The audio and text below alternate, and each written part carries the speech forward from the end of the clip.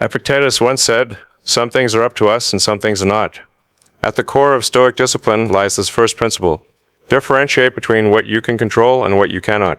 Your thoughts, your actions, your intentions, these are yours. The behavior of others, the chaos of the world, the passing of time, these are not. Mastery begins when you withdraw your energy from the uncontrollable and reinvest it into yourself. Seneca advised, "Set aside a certain number of days, during which you shall be content with the scantiest and cheapest fare." Why? Because luxury breeds complacency. By embracing discomfort, intentionally and consistently, you strengthen the muscle of discipline. You teach the body to obey the mind, and you remind yourself, comfort is not a right, it is a reward. Marcus Aurelius wrote, "Do not act as if you are going to live 10,000 years. Time is not a resource, it is a moral currency. How you spend each moment reveals what you truly value. To master self-discipline, account for every hour, plan with intention, act with purpose, waste nothing. The impediment to action advances action. What stands in the way becomes the way." This teaching from Marcus Aurelius is not poetic metaphor, it is a tactical mindset. The disciplined mind does not fear resistance. It sees obstacles as training, friction that sharpens the will. When life resists, push back with presence, poise and persistence. These are not just words carved in stone by ancient philosophers. They are tools, forged by fire, proven by centuries, ready for your hand. Self-discipline is not talent, it is training, and the training has just begun. Every day we begin again.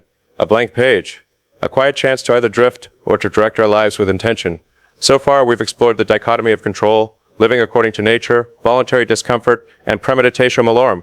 Each principle shapes how we endure and prepare. Now we shift inward, to daily habits of the disciplined mind. I will keep constant watch over myself and most usefully put each day up for review. Seneca. Self-discipline doesn't grow in chaos, it grows in reflection. The Stoics ended each day by asking, what did I do well? What did I do poorly? What could I do better tomorrow? This is more than a habit, it's a mirror. No filters, no excuses, just quiet honesty between you and your own mind. Try this tonight, before bed. Write one sentence about your choices. No performance, no perfection, just presence. Because the person willing to examine their life is the one most capable of changing it. It's not things that disturb us, but our judgments about them. Epictetus. The Stoics taught that we possess one true power, prohairesis, our ability to choose how we respond. You can't always control events, but you can always control your actions, and the spirit in which you act. Self-discipline is not about brute force. It's about intentional response, choosing clarity over impulse, choosing principle over passion. A rude comment? Pause, breathe, respond with reason, not rage. Tempted to procrastinate? Return to your purpose. Ask, is this aligned with who I want to become? That's the Stoic move, not perfection, but progress, moment by moment. You are not your distractions, you are not your emotions, you are your choices. Every act of restraint is an act of power. Every mindful action builds the fortress of your discipline. Tonight, reflect. Tomorrow, act with purpose. If you've already begun journaling or practicing mindful choices, share how it's impacted your self-discipline in the comments below. Let others learn from your progress. Until then, observe yourself, govern yourself, master yourself. In a world that constantly demands our attention, true mastery lies not in control over others, but in control over oneself. Previously, we explored the first two Stoic principles, dichotomy of control and living according to nature. We discovered how aligning our choices with reason can anchor us amidst chaos. Now we continue with the next two principles, timeless ideas forged in ancient minds, yet more relevant today than ever before. Set aside a certain number of days, during which you shall be content with the scantiest and cheapest fare. Seneca. This is the practice of voluntary discomfort. Seneca, one of Rome's wealthiest men, routinely slept on the floor and ate plain food, not out of necessity but choice. Why? Because mastering discipline requires detachment from luxury.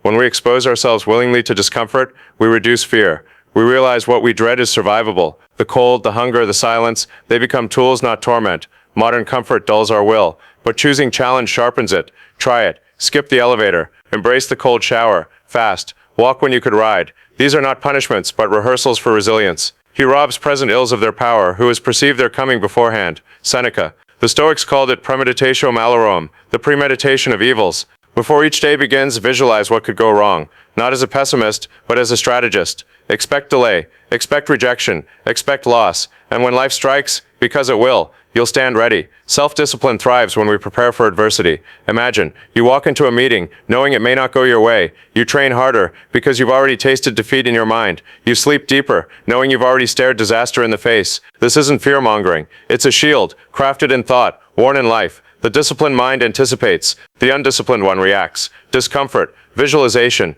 two ancient strategies for modern mastery. One toughens the body, the other fortifies the mind. Together, they form an inner armor, unseen but unbreakable. Up next, we'll explore how daily reflection and mindful action continue this transformation. But first, a moment to ask yourself, when was the last time you chose discomfort or prepared for the worst, not to invite suffering, but to soften its blow? Share your thoughts in the comments, and if this journey speaks to you, subscribe to follow the path of the Stoic further. Until then, stay present, stay grounded, and remember, the greatest empire to rule is your own mind. Life doesn't always go your way. The question is, will you resist it or rise because of it?